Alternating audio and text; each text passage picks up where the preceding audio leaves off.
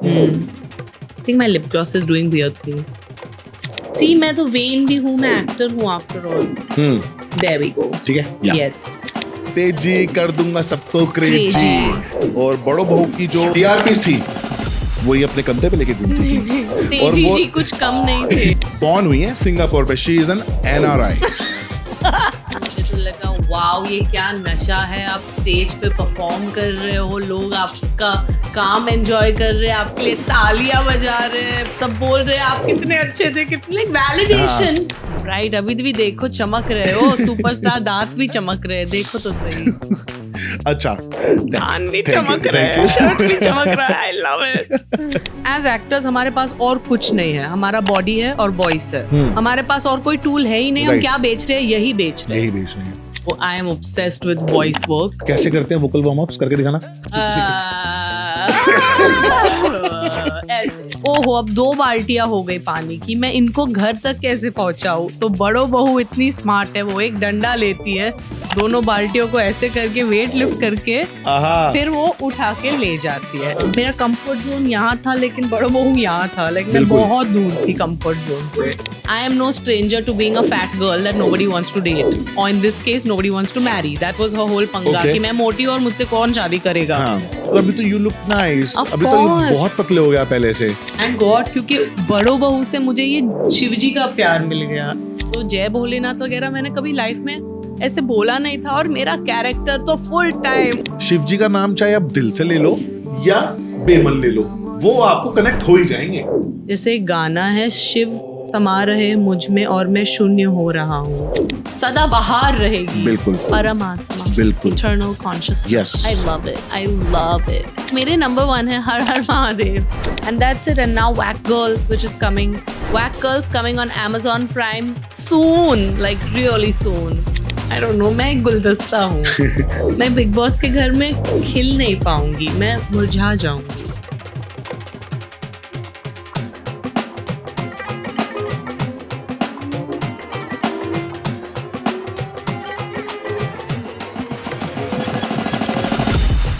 तो आज हमारे आबरा कडाबरा शो पे आए हैं मेरी बहुत ही पुरानी दोस्त और मेरे पहले सीरियल की को एक्टर रिताशा राठौड़.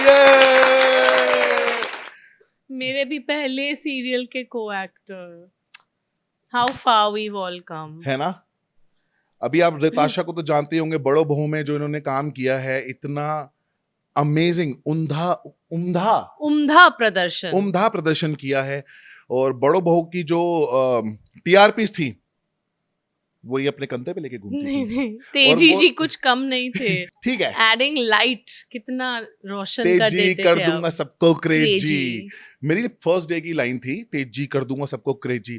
तो ना जो तेजी था ना, वो ना एक ग्रे कैरेक्टर था जो कि कैसनोवा था और पैसे लूटता था लोगों से. तो शायद हमारी हीरोइन को पता होगा उस कैरेक्टर के बारे में. तो मेरा फर्स्ट सीन था और रिताशा मेरे साथ में बैठी हुई थी गाड़ी में. I was driving and she was just next to me. तो she was holding a lunch box जो कि पीछे पीछे लेके भागती है प्रिंस के, अपने पति देव के लिए. हाँ, रास्ते में मैं आता हूँ तो एक लड़की, इनकी जो क्या बोलते हैं वो साली थी, प्रज्ञा. हाँ, जो इनकी साली थी, प्रिंस की बहन, वो गिर जाती है और मैं उनको लेके आता हूँ, इनको भी लेके आता हूँ. तो इनके हाथ में एक डब्बा होता है, लंच बॉक्स. तो एडी बोलता है, आप ये लंच बॉक्स क्यों लेके आए हो, रख दो ना, यहीं रख दो. तो मैडम बोलती है, पहला शॉट चल रहा है, पहला शॉट, मेरा पहला दिन मैडम का तो चल रहा था कब से. बोलती है, मैं इस तेजी कार पे क्यों रखूंगी अपना सामान. जाते जाते no, मतलब इन द सीन मैं क्यों रखूंगी. हाँ, अच्छा.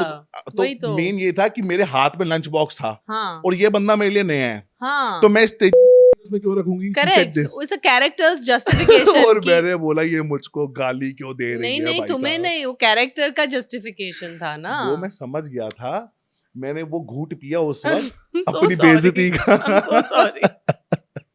मैं भी बहुत बदतमीज तो थी सेट पे. कभी सेट पे आपसे सारे डरते थे, मेरे को छोड़. क्यों नहीं, डरा के रखती थी मैं सबको. मतलब सबको, चाहे प्रोड्यूसर हो चाहे एक्टर हो, सब डरते थे. मैं अनप्रेडिक्टेबल थी क्योंकि मैं अनहैप्पी थी. यस. हम इस बारे में बाद में बात करते हैं। पहले हम ये स्टार्ट करते हैं कि रिताशा एक्टिंग के बारे में कब सोचा? और अच्छा हाँ, पहली बात तो रिताशा बॉर्न हुई है सिंगापुर में, शी इज एन NRI है ना जी। और आपने एक्टिंग का कब से सोचा? सिंगापुर में सोचा था? नहीं, मैं मुंबई में बचपन से, उसके पहले मैं गुजरात में रही हूँ। सिंगापुर में बहुत छोटी थी तब रुकी हूँ। बेसिकली मेरा एक्टिंग का पहला एक्सपीरियंस रहा ऑलमोस्ट 4th स्टैंडर्ड में, स्कूल में। Oh wow. In the annual day का प्रोडक्शन। Okay. और मुझे तो बहुत मजा आया। फिर हाँ. उसके बाद बहुत सालों तक नहीं हुआ, और 9th स्टैंडर्ड में दोबारा हुआ। एलिस इन वंडरलैंड प्ले था स्कूल में। Okay. और मैं तो सोची मुझे तो एलिस का रोल मिलेगा। हाँ. घंटा मुझे मिला डचेस का कैरेक्टर था। लाइक ठीक है, कर लूंगी। हाँ. बहुत मजा आया। Bottom line was I was so happy. मैंने कभी स्कूल में इतने मजे किए ही नहीं थे। तो फिर मैंने सोचा अब तो मैं हर साल स्कूल प्ले में टेक पार्ट करूंगी। हाँ. और बाय द टाइम मैं 11th स्टैंडर्ड पहुंच गई, मुझे तो लगा वाओ ये क्या नशा है। आप स्टेज पे परफॉर्म कर रहे हो, लोग आपका काम एंजॉय कर रहे हैं, आपके लिए तालियां बजा रहे हैं, सब बोल रहे हैं आप कितने अच्छे थे, कितने लाइक वैलिडेशन जो एक टीनेजर को नहीं मिलता अक्सर, वो मुझे पहली बार लाइफ में एक टाइप का वैलिडेशन मिला बाहरी दुनिया से। तो that was like life changing for me. Okay, so that's how you decided कि मुझे यही करना है, क्योंकि और कुछ आता नहीं है और पढ़ाई में कोई इंटरेस्ट नहीं है ज्यादा। ओके, पढ़ाई कहाँ तक करी है? मैंने BA, मेरी डिग्री है एक्टिंग में। I have done college and all, but I didn't like to study and write exams and all. बट फिर भी 10th एंड 12th में मेरे मार्क्स डिसेंट ही आए, वैसा कोई टेंशन नहीं था। बट मुझे आई हेटेड कि बैठ के किताब खोलो, ये सब मगअप करो, अगले रट्टा मार के अगले दिन जाके पेपर लिखो, यक। ऐसे मैं थोड़ी सीखूंगी लाइफ के बारे में, ये सब तो मुझे अभी काम में नहीं आ रहा है। स्कूल में जो ज्यादातर पढ़ा था है ना मतलब मुझे कुछ योगा, स्पिरिचुअलिटी, कुछ life lessons, income tax, public speaking, relationship management, anger management, ये सब सिखाते तो बचपन में और बेहतर होता शायद। यार एक बात बताओ, पहले हमें जहाँ तक आपको पता होगा कि गुरुकुल जो स्कूल होते थे पहले, वो पहले यही चीजें सिखाते थे, आपकी बॉडी के बारे में आपको बताते थे, वे ऑफ लाइफ आपको बताते थे, है ना। और आज की डेट में हम वही अपने स्कूल्स में मिस कर रहे हैं कि वो चीजें हमको सीखने को नहीं मिल रही। बस कॉपी किताब खोल दो, SST का है या किसका है, रट्टे मार मार के एग्जाम देने जाओ। बहुत अनफॉर्चुनेट सिनेरियो है एजुकेशन का, तो मुझे नहीं लगता this is the solution. Favourite वो क्या था आपका सब्जेक्ट? आर्ट जाके पेंट करो आर्ट रूम में, और क्या। मेरा मैथ्स। अरे my worst subject was maths. Worst. मैं 12th स्टैंडर्ड में इतनी खराब हालत में फेल हुई हूँ, आधा बैच फेल हुआ और मैं भी फेल हुई। I got 13 on 100। Oh my God, that's too less. अच्छा, पता है क्या होता है मैथ्स में ना, मतलब मुझे ऐसा लगता है कि जब हम मैथ्स किसी को पसंद होती है, उस बंदे को रेक्टिफिकेशन पसंद नहीं होती। Correct, because you're a logical left brain person, right? Or right brain. पता नहीं मुझे क्या है, लेकिन मुझे रेक्टिफिकेशन करने में मजा नहीं आता रहा। मुझे समझा दो। आपको पता है मैं 10th के एग्जाम्स में, बोर्ड्स में 10 दिन की छुट्टियां थी, सारे बच्चे घर के अंदर घुसे पड़े थे, सिर्फ अकेला मैं ही ऐसा बंदा था जो जिसने 10 के 10 दिन एंजॉय किए, बुक खोल के नहीं देखी एक बार भी। एंड आई स्कोर्ड 97 in 10, पता है आपको? 97%। या and that too without studying. मतलब हाँ, स्टडी करता था, जब ट्यूशन में जाता था, सिखा देते थे। But you were naturally inclined and you were naturally bright. Bright kid. Bright, अभी भी देखो चमक रहे हो, सुपरस्टार, दांत भी चमक रहे हैं, देखो तो सही। अच्छा, कान भी चमक रहे हैं, शर्ट भी चमक रहा है, I love it.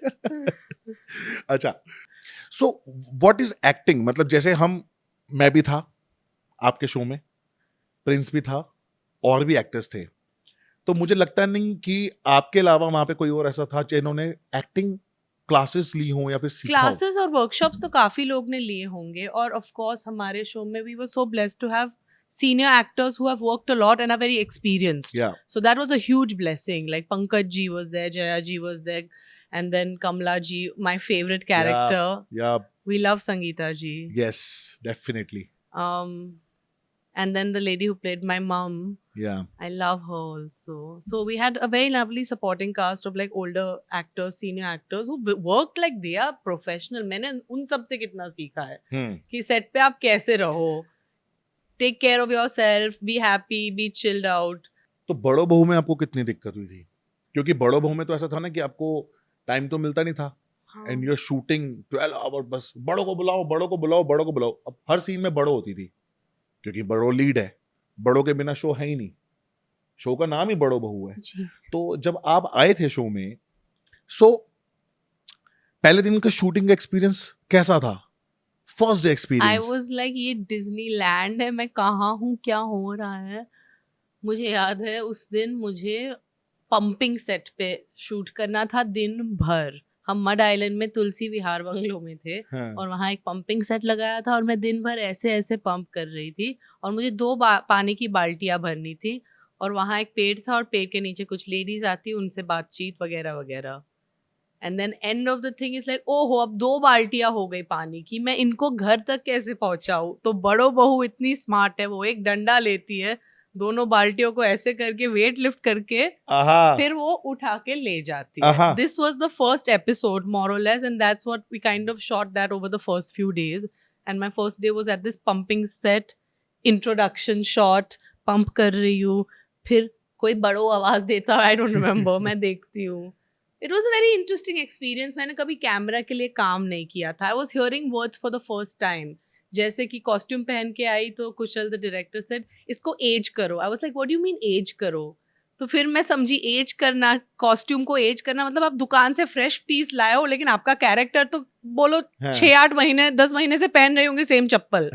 तो उसको थोड़ा ऐसे ऐसे मिट्टी में रगड़ाओ, थोड़ा ऐसे दिखाओ कि यूज हो चुका है। That's what it means ageing an object. I was like wow, basic ऐसी छोटी छोटी चीजें। और मैं बस सबको देख रही थी कि कितने लोग लगते हैं एक्चुअली एक सेट पे, कितने लोग होते हैं जो ये पॉसिबल बनाते हैं। ट्रू। मुझे तो पहले दिन समझ में नहीं आ रहा था कि लाइटिंग क्या चल रही है, कैमरा कहाँ है, स्पॉट्स लाइक कौन है ये सारे कैरेक्टर्स। मुझे नहीं पता एक फिल्म सेट पे क्या क्या होता था।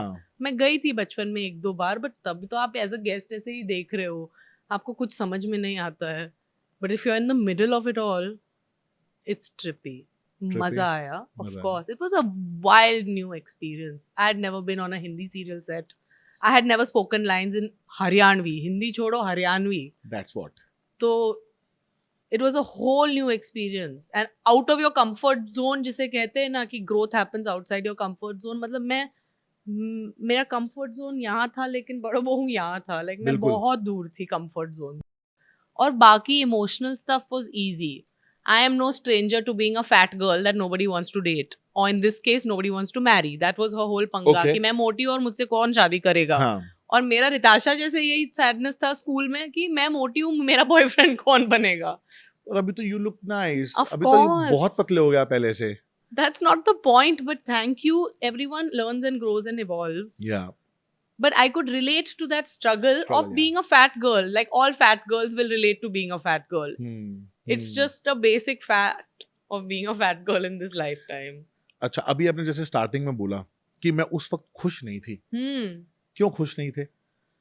मेरा क्रिएटिविटी का फ्लो ही ब्लॉक हो गया था यार। मुझे लग रहा था कि अभी किसी की गलती नहीं है। सीरियल्स में क्या होता है, टीआरपी पे डिपेंड करती है अक्सर चीजें, और फॉर्मूला होता है राइट, कि कोई तो बड़ा फंक्शन होता है, उसमें कोई पंगा हो जाता है, उसमें हीरो हीरोइन फंस जाते हैं और फिर उनका झगड़ा हो जाता है। फिर 2-3 एपिसोड ये सब चलेगा, फिर 2-3 एपिसोड चलेगा उनका झगड़ा, फिर 2-3 एपिसोड उनका मिलना, फिर मिलने के जश्न में एक और सेलिब्रेशन। तो this had become the loop. हम लूप में स्टोरी घुमा रहे थे। एंड आई वाज लाइक मैं कब तक ये करती रहूंगी। It was endless. It was endless. मैं हूँ commitment phobe already. और एक ही character, एक ही set, seeing the same people every day, saying almost the same lines. मैंने कितनी बार आरती की थाली के साथ वहाँ मंदिर के set पे खड़े होकर आरती की होगी उस 1.5 साल में, मुझे ही पता है। But thank God, क्योंकि बड़ो बहू से मुझे ये शिवजी का प्यार मिल गया। She was like saying जय भोलेनाथ पारस, and I, this creature as you described from South Bombay or whatever, Singapore whatever, मेरा relationship God के साथ evolving था। तभी भी I was spiritual but मुझे पता नहीं था ज़्यादा, तो जय भोलेनाथ वगैरह मैंने कभी लाइफ में ऐसे बोला नहीं था। और मेरा कैरेक्टर तो फुल टाइम उसको मेरा फर्स्ट ब्रीफ था कि वो शिव जी के लिए 16 सोमवार के उपवास कर रही है। ये लाइक पूरा प्लॉट लाइन था पहले इनिशियल एपिसोड्स में। And I was like wow, लोग ये भी करते हैं पति पाने। Culture shock of course, I couldn't believe कि ऐसा भी होता है। But then I was like ये है भक्ति। I was like good for you. And वो इतने दम से जय भोलेनाथ बोलती थी, तो धीरे धीरे धीरे आई थिंक वो मेरे अंदर भी क्योंकि we leave a part of ourselves in every character and we take a part of the character into ourselves. Like that is the nature of our job as actors, as artists. It's not just a corporate job or some kind of transaction. It's a spiritual exchange. So बस मुझे बहुत अच्छा लगता है कि मुझे ये चीज मिली। रिताशा इन 6 सालों में कितनी अच्छी अच्छी बातें करने लगी है। We have all grown up. हम इतने छोटे थे जब मैं 23 साल की थी जब बड़ो बहू स्टार्ट हुआ यार। उसमें उस एज में क्या पता, दुनिया नहीं देखी है। पता है बोलते हैं कि ना, जैसे अभी आपने बात करी कि आप जय भोलेनाथ बोलते थे, दिल से बोलते थे, है ना, और उसके बाद आपको शिव जी से कनेक्ट हो गया। मैं अभी सुन रहा था कि ना एक ऐसी बात होती है कि जैसे आग होती है, आग को आप गलती से छू लो या जानबूझ के छू लो, आपको आग लगेगी लगेगी। तो उसी तरीके से शिव जी का नाम चाहे आप दिल से ले लो या बेमन ले लो, वो आपको कनेक्ट हो ही जाएंगे। तो वो कनेक्ट हो गए। और बात दूसरी ये जो आप बोल रहे हो ना कि 16 सोमवार के व्रत रखती थी, मुझे नहीं समझ में आया क्यों रखती थी। आज की डेट में भी ऐसा होता है क्या? तो ये ना, इसके पीछे मैंने स्टोरी बता रखी है लोगों को, पर मैं आपको जरूर बताता हूँ क्योंकि आपको ये स्टोरी पता ही नहीं है। तो ये वरदान ये मिला कब था, ये 16 सोमवार वाला, वो बताता हूँ। इसके पीछे 2-3 स्टोरीज आपको समझ में आ जाएंगी शिव जी की। तो बेसिकली शिव जी के सर पे जो चंद्रमा था, पहले नहीं था। चंद्रमा की 27 बीतियां थी, 27। जो हमारे नक्षत्र है ना, जितने भी नक्षत्र हैं, रोहिणी नक्षत्र। रोहिणी, आपका रोहिणी है? रोहिणी नक्षत्र वाले सबसे सुंदर होते हैं, उनका फेस बहुत सुंदर होता है। रोहिणी नक्षत्र वाले आसपास डॉक्टर्स के आसपास भी घिरे रहते हैं, विच इज लाइक आपके फादर डॉक्टर हैं ही, मेरी बुआ भी, मेरे दादा भी थे। और ये है दक्ष की पुत्रियां सारी। यस। तो चंद्रमा सिर्फ एक को प्यार देता था, रोहिणी नक्षत्र को। ये मैंने पढ़ा है गूगल पे, क्योंकि वो सबसे सुंदर थी, है ना। तो चंद्रमा सारा ध्यान वहीं देता था। तो बाकी सारी की सारी बहनों ने आके कंप्लेन कर दी दक्ष को। दक्ष ने एक बार वार्निंग दे दी कि अगर अब ऐसा हुआ तो तेरे को भस्म कर दूंगा। चंद्रमा ने बोला ठीक है, मैं आज के बाद नहीं करूंगा, ऐसा नहीं करूंगा, सबको प्यार दूंगा। बट फिर भी उसने ऐसे किया कि रोहिणी में उसको ज़्यादा लगाओ, बाकियों को ना पूछे। तो उन्होंने आके कंप्लेन कर दी बाकी बेटियों ने। तो दक्ष ने श्राप दे दिया उसको कि तू 30 दिन में पत्थर का हो जाएगा। तो चंद्रमा वहीं पे ही पत्थर का होना शुरू हो गया धीरे धीरे धीरे धीरे। तो माता सती मार्कंडेय जी के पास गई, जिनके पास महामृत्युंजय मंत्र था।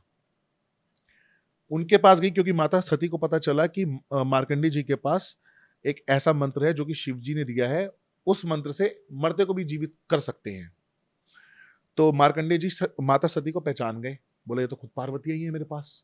उन्होंने शिवलिंग दिया और उनको वो मंत्र दिया और बोला मैं भी साथ चलता हूँ, और बाकी साधुओं को भी बुला लिया। तो जो चंद्रमा था वो मर रहा था, मतलब आधा हो चुका था, आधा पत्थर हो चुका था, और वो समुद्र के पास था, because moon related to water. तो सी के पास उसको रखा हुआ था कि जैसे एनर्जी मिलती है, खराब ना हो, संतुलन ना खराब हो अर्थ का। तो अब लाखों जो वो होते हैं, क्या बोलते हैं, साधु होते हैं और माता सती होती हैं, ये महामृत्युंजय का मंत्र करने लगते हैं। शिवजी नहीं आते, शिवजी जल्दी इंप्रेस नहीं होते ना। तो फिर मार्कंडेय जी को पता चला कि यार माता सती हैं, मैं इनको जाके बोलता हूँ प्यार से बुलाओ, शिव जी को आ जाएंगे। तो मार्कंडेय जी जाके सती को बोलते हैं कि ना आप प्यार से बुलाओ, दिल से बुलाओ शिव जी को, वो आ जाएंगे, मंत्र करने की भी जरूरत नहीं है। तो इतने में जैसे वो बुलाती है प्यार से, शिव जी प्रकट हो जाते हैं। शिव जी कहते हैं आपने मुझे जिस चीज के लिए बुलाया ना, ये श्राप खत्म करने के लिए, मैं खत्म नहीं कर सकता। तो माता सती ने बोला कि अगर आप ऐसा करेंगे तो सृष्टि खत्म हो जाएगी। तो शिव जी ने देखा अच्छा माता सती ये बात बोल रही है, मतलब पार्वती माता ये बात बोल रही है। पार्वती माता क्या है? प्रकृति। तो प्रकृति ही अपने अर्थ को बचाना चाहिए, तो शिव जी को लगा रहे वाह।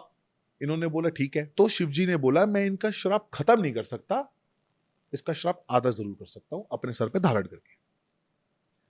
तो जैसे शिव जी ने उनको सर पे रखा, वो क्या कहलाए? चंद्रचूर। बहुत सुंदर दिखने लगे, है ना, एकदम नया रूप आ गया उनका। तो वो रूप को देख के विष्णु भगवान ने बोला कि आज अब चंद्रचूर बन गए, मैं आज की रात्रि को शिवरात्रि का नाम देता हूं। तो शिवजी बोलते हैं कि मेरे प्रभु विष्णु ने इतना अच्छा आशीर्वाद दिया है, तो मैं भी एक आशीर्वाद देना चाहता हूं कि जो भी नाबालिग लड़की 16 सोमवार के व्रत रखेगी, मैं उसको मनचाहा वर दूंगा। अब 16 सोमवार का व्रत है क्या? सोम मतलब मून। ओके। 16 सोमवार मतलब मून के लिए व्रत रखना होते हैं 16। अब वो है कहां पे? शिव जी के सर पे, इसलिए हम शिवलिंग पे जल चढ़ाते हैं 16 सोमवार के टाइम पे। तो जो भी नाबालिग लड़की जो अनमैरिड है, वो अगर 16 सोमवार के व्रत रखती है मून के लिए, तो शिव जी इंप्रेस होकर उसको मनचाहा वर देते हैं। What a beautiful story. है ना? Yeah. I love it. Abracadabra. God always has your back. ये मैंने इस साल मैंने ये सीखा, एक्सपीरियंस किया कि कुछ नहीं, मैं गॉड के भरोसे चल रही हूँ। हाँ, बताओ कुछ अपनी स्टोरी। अभी आप गए थे कैलाश, माउंट कैलाश, जो कैलाश पर्वत है, जो जी। कहते हैं कि शिव और पार्वती उसके ऊपर है। हाँ जी। बट ये मैंने पहली बार एक्सपीरियंस किया है कि तीर्थ यात्रा कैसी होती है। What is a pilgrimage. आप कितने छोटे हो, आप खुद को और ये ईगो को डिसॉल्व करके आप महादेव के मतलब छत्र छाया में जाते हो, राइट? तो जब तक हम माउंट कैलाश तक पहुँचे फाइनली, ऑलमोस्ट 9 दिन बीत चुके थे ट्रिप के। टाइम लगता है, बहुत हाई ऑल्टीट्यूड पर है, तो आपको धीरे धीरे काठमांडू से एक्लेमेटाइज होते होते जाना होता है। राइट। एंड मैंने कुछ एक्सपेक्ट तो नहीं किया था कि मेरे अंदर कोई ट्रांसफॉर्मेशन आएगा या कुछ बड़ा फील होगा, ऐसा कुछ नहीं। आई वाज जस्ट लाइक ठीक है, मम्मी को जाना है, मैं मम्मी के लिए ये कर रही हूँ। मेरी मम्मी ने मुझे बोला प्लीज़ चलो प्लीज़ चलो, सो आई वाज लाइक मैं मॉम के लिए यहाँ हूँ। बट मुझे भी पर्सनली जो एनर्जी फील हुई वहाँ, एक टाइप की स्थिरता और स्टिलनेस आई सपोज, और साइलेंस, शून्यता। जैसे एक गाना है, शिव समा रहे मुझ में और मैं शून्य हो रहा हूँ, ये लिरिक्स है। And for the first time in my life मुझे वो लिरिक्स खुद में वो एम्बॉडी फील हुए कि I understand this feeling of शून्य, of stillness and complete silence. And that was the most rewarding part of this whole experience. I feel a different kind of just connection to God now. God is my number one now. हाँ? That's it. मैंने decide कर लिया, like Shiva is my number one. Like one and only love. One and only love. मेरे number one है हर हर महादेव। मेरी mummy बोलती है जीने के साथ भी और मरने के बाद भी। Wow, we love it. जीने के साथ भी और जीवन के साथ भी, जीवन के बाद भी। हाँ, जीवन के साथ भी, जीवन के बाद भी। We love it. क्योंकि ये छोटी सी जीवन है ना, जो हम इस रूप में आए हैं, इस फिजिकल फॉर्म में। हमारी रूह, हमारी स्पिरिट, हमारी आत्मा तो सदा बहार रहेगी। बिल्कुल। परमात्मा। बिल्कुल। Eternal consciousness. Yes. I love it. I love it. अब मुझे ये बताओ, एंजाइटी आपको पहले बहुत होती थी जी। अब कंट्रोल हुई? Control in the sense, I think हम जैसे बड़े होते हैं तो हम अपने प्रॉब्लम से डील करने में और एक्सपीरियंस होते हैं, मैच्योर होते हैं थोड़े, लाइक जो इम्पल्सिव रिएक्शन होते हैं वो कम हो जाते हैं। एंग्जाइटी मुझे अभी सिर्फ लाइक भीड़ भाड़ में होती है, कभी कभी फ्लाइट लेनी पड़ती है और एयरपोर्ट में बहुत भीड़ होती है, तो वहाँ तो होने ही लगती है। इसलिए इज़ वेरी इंपॉर्टेंट कि मैं कुछ रिलैक्सिंग म्यूजिक सुनूं, सोलफेजियो फ्रीक्वेंसी या टिबेटन बोल्स, लाइक कुछ, या तो मंत्र, चांटिंग, ये सब थोड़ा सेंटर्ड रहने। या तो किसी स्क्रीनिंग में जाओ या किसी इंडस्ट्री इवेंट में, तो वहाँ तो मुझे थोड़ा बहुत होता है, अगर मैं किसी को जानती नहीं हूँ और अकेली गई हूँ तो। बट वो भी डर का सामना मुझे करना है, इम्प्रूव करना है। ये तो जनरल एंजाइटी है, ये तो सोशल एंजाइटी सबको होती है। नॉर्मल एंजाइटी जैसे अबाउट लाइफ अभी तो कुछ नहीं, पैसों को लेकर नहीं, करियर को लेकर नहीं, रिलेशनशिप्स को लेकर नहीं, कुछ भी नहीं। Everything is as it should be, it can't be any other way. मैंने सरेंडर कर दिया है यूनिवर्स को, कॉस्मोस को, जो मैजिकल डिजाइन है, डिवाइन डिजाइन जिसे कहते हैं, उनके प्लान को। ड्रेक का गाना है ना, God's plan, baby everything is God's plan, that's it. Just float in the river. जब आप गिव अप करते हो तो आप सिंक कर लेते हो, लेकिन आप सरेंडर करो तो आप रिवर में फ्लोट करोगे, फ्लो करोगे। कुछ लोग तो ऐसा भी बोलते हैं, when you are dead then you flow like a fish. Really? हाँ. Oh, like that. When you're dead, you're flowing like a fish. Sounds nice. शून्य हो जाओ ना, मर जाओ ना, जीरो हो जाओ, हमें कुछ करना ही नहीं, भगवान आप ही चलाओ हमारी गाड़ी, जहाँ ले जाओगे हम तो चल देंगे साथ में। ये तो एक रेंट पे मिला है, रेंट पे मकान है ट्रू इस दुनिया का। ट्रू। या पहले जैसे बड़ो बहू के टाइम पे आप बहुत अच्छी अच्छी वीडियोस बनाया करते थे, फनी कंटेंट, ओह यस। अभी क्यों बनाना छोड़ दी? ऐसा लगता है कि जैसे आपकी फॉलोइंग थोड़ी बहुत बढ़ती है, और मेरी तो इतनी है भी नहीं तुम्हारे अपेक्षित, लाइक मेरे फॉलोअर्स बहुत कम है, बट फिर भी इट्स लाइक आप अपना एक पॉइंट ऑफ व्यू रखते हो या आप अपना एक सच रखते हो उसमें, और फिर ऑडियंस को लगता है कि वो कुछ भी बोल सकते हैं इन जनरल, तो मुझे उसका आई गेस डर होता है, या मुझे उससे डील नहीं करना है जो ट्रोलिंग वगैरह हो सकती है, या क्या पता किसको किस चीज से, किस छोटे कमेंट से बुरा लग जाए, लोग ऑफेंड इजीली हो जाते हैं। तो मुझे एक्चुअली इस सब झमेले में पड़ना ही नहीं है, और मैं इंस्टाग्राम अब अलग चीजों के लिए यूज करती हूँ। जैसे कि स्टॉकिंग तो बिल्कुल नहीं, फिर? मैं बहुत सारे स्पिरिचुअल पोस्ट पढ़ती हूँ, यूनिवर्स की बातें देखती हूँ, ओके और खुद की स्टोरीज देख के खुद के ही कॉमेडी को एंजॉय करती हूँ, क्योंकि Okay. मेरी पर्सनैलिटी फनी ही है, तो अगर मैं अभी कोई भी नॉर्मल स्टोरीज भी कभी कभी डाल देती हूँ तो फनी ही हो जाती है, तो मैं खुद को देख के एंटरटेन होती हूँ, खुद के रील्स देखती हूँ। अच्छा, ऐसा है क्या, आपको ऐसा लगता है कि सोशल मीडिया की वजह से काम मिलता है लोगों को, मतलब जैसे मुझे कि नहीं लगता एक्टिंग है, में? ये मुझे लगता नहीं है, इट्स अ फैक्ट, लाइक सब पूछते हैं कि कितने फॉलोअर्स है इस एक्टर को, अगर आप किसी रोल के लिए कंसिडर हो रहे हो या शॉर्टलिस्ट हो, अब तो इट्स खुल्लम खुल्ला, इट्स नॉट लाइक मुझे लगता है, तो फिर इट्स अ फैक्ट। तो फिर आपका इतना एक्टिंग की क्लासेस लेने का फायदा लगता है आपको? बिल्कुल, वो मेरा क्राफ्ट है, वो मेरा आर्ट है, वो मेरा ऑफरिंग टू गॉड है, वो लाइक आर्टिस्ट्री का कोई रिप्लेसमेंट ही नहीं है, टैलेंट का कोई रिप्लेसमेंट नहीं है, और there will always be an audience for everything. हर चीज़ की ऑडियंस है, हर टाइप के शो की, हर टाइप के कंटेंट की ऑडियंस है। So I am never concern कि मुझे उस टाइप का काम नहीं मिलेगा जो मेरे लिए बना गया है, जिसके लिए मैं बनी गई हूँ, जो यूनिवर्स मेरे लिए अलाइन कर रहा है। और ऑनेस्टली बड़ो बहू से लेकर अब तक मैंने जितने प्रोजेक्ट्स किए हैं, वेरी फुलफिलिंग, इवन बड़ो बहू, लाइक किसी प्रकार में मुझे थ्रू बड़ो बहू and all the work I did after that, ये भी लगा कि औरतों के साथ काम करके इतना अच्छा लगता है, औरतों की कहानियाँ बता के लोगों को अच्छा लगता है, इट फील्स गुड कि ये मे बी मेरे धर्मा के साथ अलाइन होता है, बिल्कुल। तो I have been very very blessed in that regard, like I did a new show which is gonna release on Amazon Prime OTT पे, ये मेरा फर्स्ट लीड कैरेक्टर होगा। वाओ, कांग्रेचुलेशंस, ये तो मुझे बताया नहीं आपने।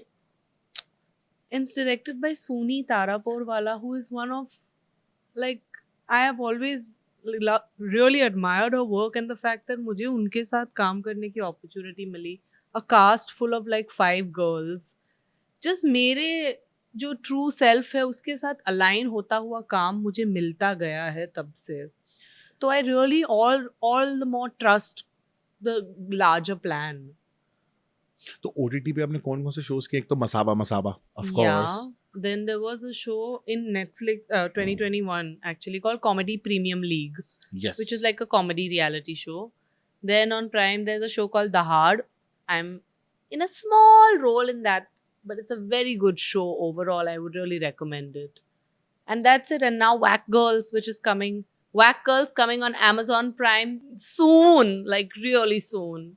And you are the lead. I'm one of the leads So in it. proud of you. I can't believe it. वही तो, and it's not about her being fat. That's the thing.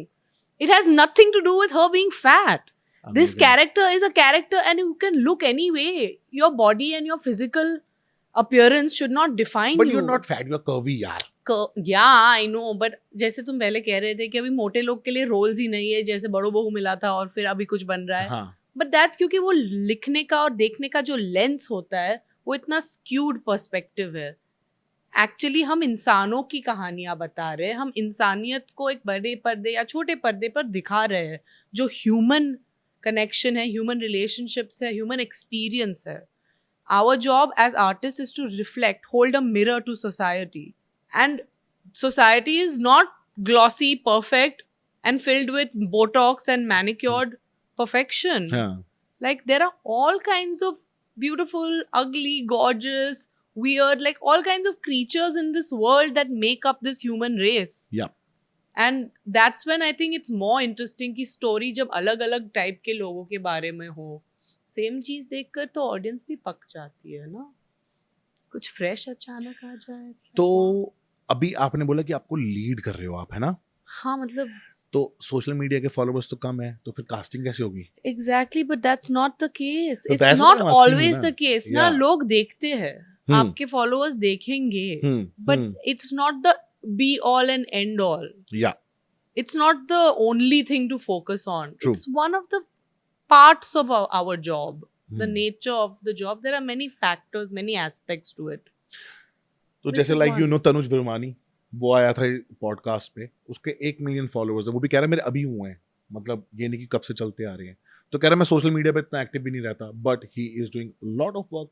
तो आज की डेट में जो इतना हवा भी बना हुआ है कि फॉलोअर्स को देख के काम देते हैं, मुझे लगता है अगर ज्यादा फॉलोअर्स होते हैं तो काम नहीं देते हैं, बोलते हैं I ये don't ओवर know यूज्ड हो गया है यार। बंदा। जिसकी किस्मत में जो है उनको वही मिलने वाला है। मेरे पापा कहते हैं समय से पहले और किस्मत से ज्यादा, ना किसी को मिला है ना मिलेगा। ये बात तो सही है, अगर ये बात कोई समझ जाए तो कंप्लेन करना बंद कर देना, है ना? कंप्लेन करके क्या मिला है किसी को? किसी को कुछ नहीं मिलता, सही है। अभी फॉलोअर्स से मुझे याद आया कि 2019 में when I was going to Bigg Boss I called you, क्योंकि बिग बॉस वाले रिताशा को बहुत ही बुरी तरह चाहते हैं कि वो आए बिग बॉस में, और रिताशा को बिग बॉस 13 के लिए फुल ऑफर था with great amount of money. No, that's a lie, Paras. That- It was not मुझे वो डील नहीं समझ में आया। मुझे नहीं करना था उस वक्त। मुझे अपने मेंटल हेल्थ और आर्टिस्टिक करियर पे फोकस करना था। हाँ, बिल्कुल। My peace is sacrosanct to me. थोड़ा बहुत तो मैंने आपको पटा लिया था, मान भी गए थे, बोलो मैं हाफ मैंने सीजन में मीटिंग आऊंगी। तो कर ली थी, मैं Meeting कर ली मीटिंग थी। तक पहुंची हूँ एक बार। बाकी टाइम तो फोन पे ही मैंने बोला सॉरी मुझे नहीं करना। तो कलर्स के जो हेड हैं मेरे पीछे पड़े हुए थे, she is your friend, call her, उसको बोलो कि आए आए। Sorry, thank you for offering me, I really appreciate it, but मेरा अभी आर्टिस्टिक अलाइनमेंट वहाँ नहीं है। पर क्यों नहीं करना बिग बॉस, मतलब ऐसा क्या कुछ It's रीजन a है? reality show. I'm an actor. I'm here to tell stories. Like it's very clear for me now कि मेरा purpose क्या है. Storytelling in any medium, theater or film or whatever. Basically you want to show your talent. No, I want to share the human experience. It's very Human different from showing my talent. Okay, We are making cinema. We are making art so that when the viewer watches it, they're changed. Something in them is transformed. Reality show के क्या negative points लगते हैं? I don't know, मुझे नहीं लगता कि मेरी personality reality show के लिए बनी है, क्योंकि मैंने जब भी कॉमेडी शो भी किया था it was technically a reality show, it's non fiction. मुझे वहाँ भी बहुत टफ लगा, तो मैं बिग बॉस में तो सर्वाइव नहीं कर पाऊंगी। लाइक मैं बहुत सॉफ्ट हूँ, बहुत सॉफ्ट हूँ। मुझे हाँ। पैम्परिंग चाहिए, मुझे प्यार चाहिए, मुझे flowers, river, sunlight, mountains, goodness, music, fruits, love, ये सब चाहिए। वाओ, गार्डन और आई डोंट नो, मैं एक गुलदस्ता हूँ। मैं बिग बॉस के घर में खिल नहीं पाऊंगी, मैं मुरझा जाऊंगी।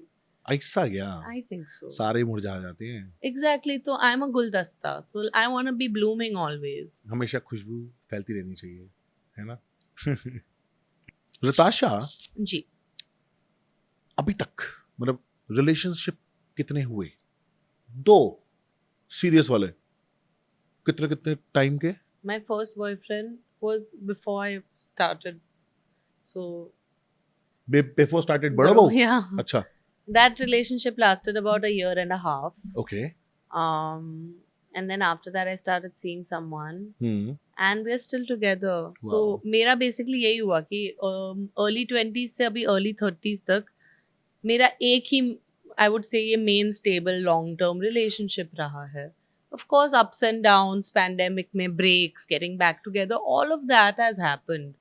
So we have lived a life okay. and it's interesting to navigate long term relationships. Bad relationship and good relationship के बारे में बताओ, क्या होता है?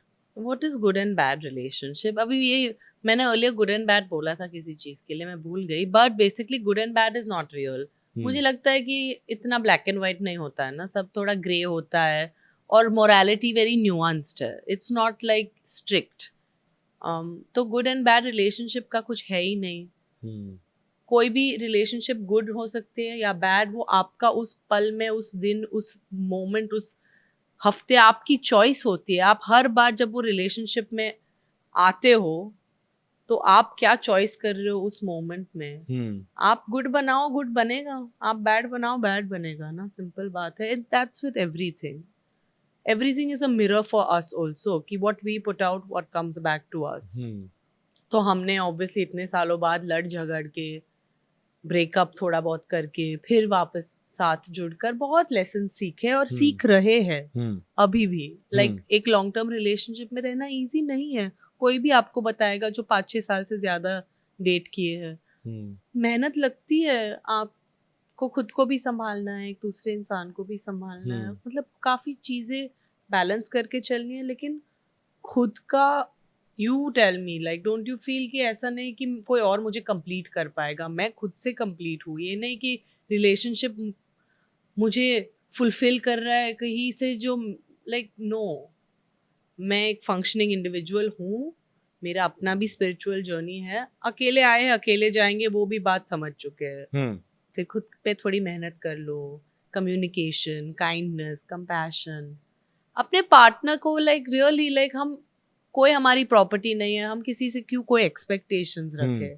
सिर्फ प्यार कर सकते हो एक्सपेक्टेशंस के बिना, लाइक और मटीरियलिस्टिक डिमांड्स के भी बिना। लाइक तुम मेरे लिए क्या कर रहे हो, तुम मुझे गिफ्ट दे रहे हो, मुझे छुट्टी पे ले जा रहे हो, ये सब नहीं है। लाइक आप किसी का प्यार खरीद नहीं सकते हो। बिल्कुल ट्रू।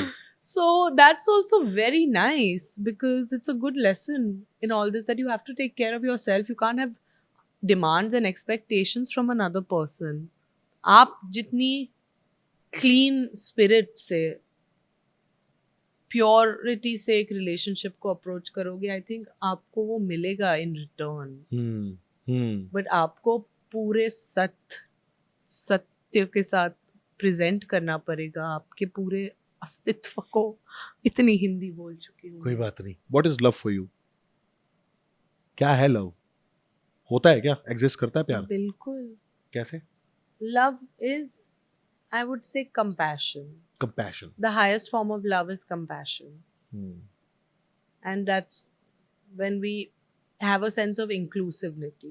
वो separation नहीं हो, ये नहीं कि तुम अलग हो और मैं अलग हूँ, I am you and you are me. There's a collective, like, that's the compassion. Everything is part of me, I am part of everything. What do you expect from your boyfriend? मतलब What do you expect? Love? Love क्या है? वही तो जानो कि चलो वो आपसे प्यार करता है पर झगड़ा भी करता है। झगड़े अभी बहुत बहुत कम हो गए। पर है क्या प्यार? मैं तो बस इतना जानता हूँ, प्यार ये शब्द जो है क्या ये एग्जिस्ट करता है? ये आपने बोला कंपैशन है। मुझे लगता है आज की डेट में आप किसी से जिससे आप प्यार करते हो बेसिकली आप उसकी रिस्पेक्ट करते हो। बिल्कुल। और रिलेशनशिप में जितनी लड़ाइयाँ होती हैं वो रिस्पेक्ट होती नहीं है उतनी। तो जो लोग लड़ रहे होते हैं वही सबसे ज्यादा प्यार के लिए डिमांड कर रहे होते हैं कि हमें प्यार नहीं करता, टाइम नहीं देता। लाइक फॉर एग्जांपल ये टाइम नहीं देती है ना, बेसिकली तो ये टाइम वाला जो कंप्लेन है वो गर्ल्स की होती है कि मुझे टाइम नहीं देता। बट यही it's that expectation and this demanding energy, if that this is not gonna work, I think both people have to come with 100% authenticity and honesty. Or yeah, I don't know. What was I going to say about this? तुम बोलो। मुझे ऐसा लगता है कि love, there is no love. प्यार होता ही नहीं है, रेस्पेक्ट होती है और रेस्पेक्ट को ही लोग लव समझते हैं। ओके। जैसे कि मैं अपनी मम्मी से बहुत प्यार करता हूँ, आई respect my mom like how, है ना, जो मम्मी ने बोला वो मैं करूँगा और मैं अपनी जिंदगी अपनी माँ के बिना नहीं सोच सकता, वो प्यार है। अब कहते हैं ना कि एक समुद्र है, समुद्र पे आप जोर के लठ मारो वो पानी अलग हो जाएगा लेकिन आ जाएगा वापस, है ना। तो ये प्यार है। प्यार किससे होता है? अपने पेरेंट्स से होता है। उसके बाद जो प्यार होता है वो प्यार नहीं होता है, वो ओछापन होता है। मींस ओछापन मतलब कि ऐसे ही नाटक होता है। सबको खुशियां चाहिए, सबको पार्टनर चाहिए। शादी से पहले आज के डेट में, कल युग में सबको एक्सपीरियंसेस करने हैं शादी से पहले कि क्या होता है। सही कह रहा हूं। और शायद जो रिलेशनशिप में जो लड़का लड़की एक दूसरे से एक्सपेक्ट करते हैं उसके चक्कर में ही एक साथ रहते हैं, जैसे कि फिजिकल नीड्स। ये सब सोसाइटी का बनाया हुआ रायता फैलाया हुआ है। Actually it's all messed up structures. I don't subscribe to this societal structure कि आप शादी करो, बच्चे पैदा करो, काम करो और मर जाओ। नो, ट्रैप्ड, सब मैट्रिक्स में ट्रैप्ड है। लिव इन कर चुके, अब नहीं किया। अब मैं अकेली रहती हूँ, मेरे पार्टनर उनके घर रहते हैं और हम मिलते हैं और रिलेशनशिप बहुत बहुत हैप्पी है। कैसा लगा लिव इन में रह के? कैसा लगा? हेक्टिक है यार, हेक्टिक है यार, हेक्टिक है मेरे लिए। हेक्टिक बहुत सुंदर भी था, लेकिन हम पैंडेमिक के टाइम भी लिव इन में थे, तो तब मुझे 4 महीने बाद लगने लगा कि अब थोड़ा ब्रेक चाहिए एक दूसरे से। But in a way it was a blessing in disguise, क्योंकि फिर हमारा रिलेशनशिप अब इतना अच्छा है। जो पहले इतने झगड़े होते थे साथ रहकर, इट्स लाइक अब एक दूसरे को मिलते हैं तो it's always loving and fresh and you really respect and appreciate each other more. Absence makes the heart grow fonder, ऐसे भी कहते हैं ना। Yes. हाँ, और अभी हर वक्त क्या एक दूसरे के स्पेस में घुसे रहो यार, तुम अपना काम करो, मैं अपना काम करूंगी। Yes. फिर मिलेंगे ना। I am an individual. Yes. You are part of me, but still we are whatever one collective consciousness. Like I get it all, but मेरे लिए अपना स्पेस और अपना फ्रीडम बहुत इम्पोर्टेंट है। सही काम है। इनसिक्योरिटीज होती हैं रिलेशनशिप में?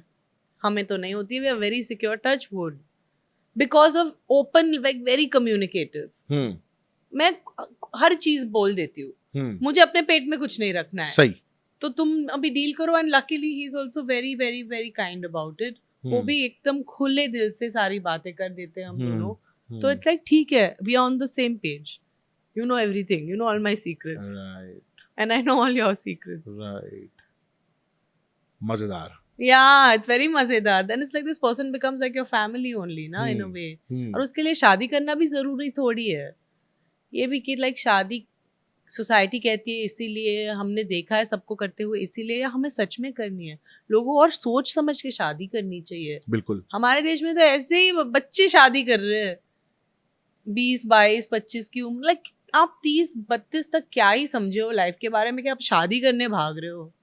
सेटल हो जाओ, थोड़े relax, just chill out babe, be cool, don't be in a rush to do शादी। It's crazy. शादी किसी के हाथ में नहीं होती, पहली बात। रियली? शादी किसी के हाथ में आई गेस वो सब होना है जो होता है, होने को कौन टाल सकता है? कि हाँ मैं इससे शादी कर लूं, लेकिन अगर नहीं लिखा ना ऊपर वाले ने कि इससे शादी होनी है तो नहीं होगी। जिंदगी में अगर लगे ना तो यही मिलेगा और कुछ नहीं। बहुत लोग देखे हैं मैंने कि जो देखो ना आज की डेट में आपने भी देखी होंगे कितने रिलेशनशिप ऐसे होते होंगे जहां वो शादी का सोचते होंगे, पेरेंट्स से बात करते होंगे, पेरेंट्स बिगड़ जाते हैं। कभी कभी क्या होता है कि एक रिलेशनशिप 10 सालों से चल रहा है, शादी करने जा रहे हैं, पता चलता है लड़की चीट कर रही है, लड़का ये चीट कर चुके, खत्म हो जाता है। तो all that is nobody's control ना। हाँ, वही तो जो होना है सबका वही होगा। तो बस इतना ही था हमारा podcast. Wonderful chat, really. Thank you. I love you. मजा आया? हाँ यार, of course. तो गाइज इतना ही था हमारा पॉडकास्ट। बहुत थोड़ी सी बातें की आज हमने। रिताशा के साथ बातें मैं जितनी भी कर लूं कभी खत्म नहीं होंगी, और फिर से हम जरूर करेंगे जब आपकी वो मेरा शो रिलीज होगा, तब आप सब देखना। तब हम इसकी प्रमोशन भी करेंगे आपके शो की। तो मतलब हम देखेंगे भी, प्रमोट भी करेंगे, और रिताशा के साथ और भी बढ़िया बढ़िया बातें करेंगे, थोड़ी सी इनर वाली बातें करेंगे। और तब तक के लिए रिताशा के लिए थोड़े से काम है कि रिताशा थोड़ी कथाएं जानो। Next time people would want to hear you with some कथाएस, जैसे मैंने सुनाई आज। करूंगी। ठीक है जी, ठीक है। बस इतना ही था गाइस हमारा आज का पॉडकास्ट। राधे राधे। राधे राधे।